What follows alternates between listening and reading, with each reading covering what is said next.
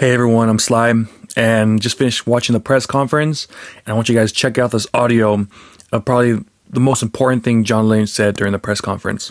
I can't ever imagine, wanting to move on from Deebo. You put yourself through the exercises of, you, even though we don't have a first round pick, you have to be thorough in this process and prepare for everything. And so you go through and do that. He's just too good of a player. I mean, you think of 2019, the 36th pick, to come up with someone like Deebo, who, to me, has just been a game-changing player for our franchise. I've told Deebo this. I think he's the perfect illustration.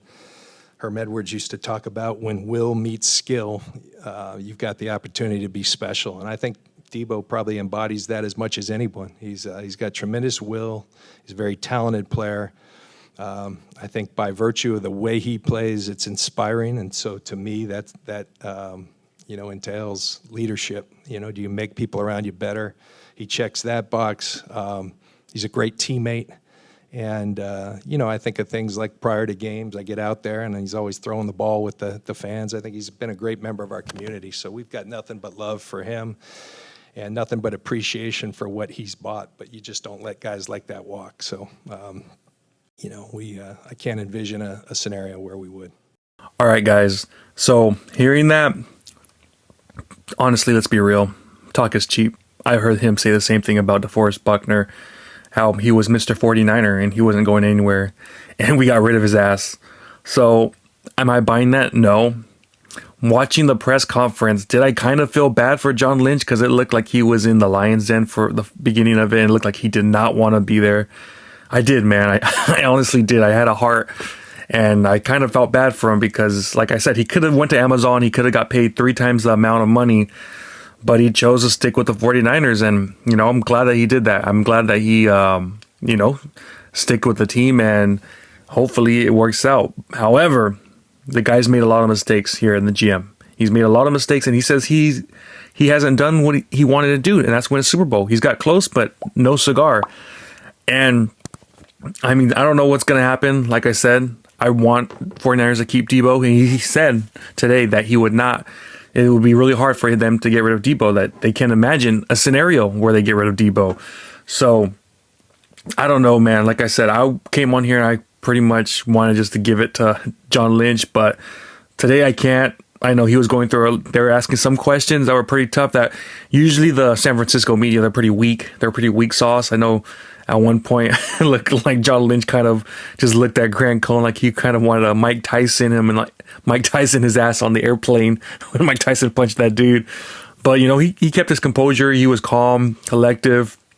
Yeah, like I said, though, at some points it looked like he was like, damn, I do not want to be here. Where the hell's Kyle at? Kyle, get your ass in here and help me out here. Because, they were asking him questions. They were talking about the Deebo situation, Samuel situation, and, he said he wasn't going to talk about it. But when you get that many questions about the situation, you got to talk about it a little bit.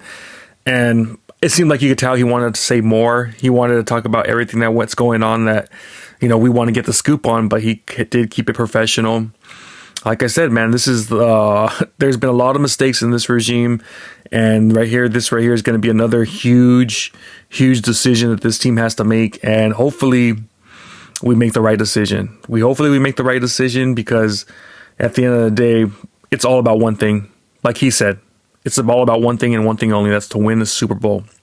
Have the best team out there to have a chance to win that Super Bowl, and I don't know if we do that without Deebo Samuel. I truly don't think you do that without Deebo Samuel. He's a guy that led us to the NFC Championship game, and we're going to see, man. We're going to see what John Lynch is made of these next 72 hours. It's going to be big.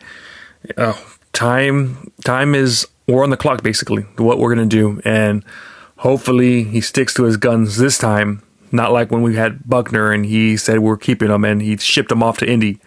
And so he probably realizes that stuff, plug and play, doesn't work.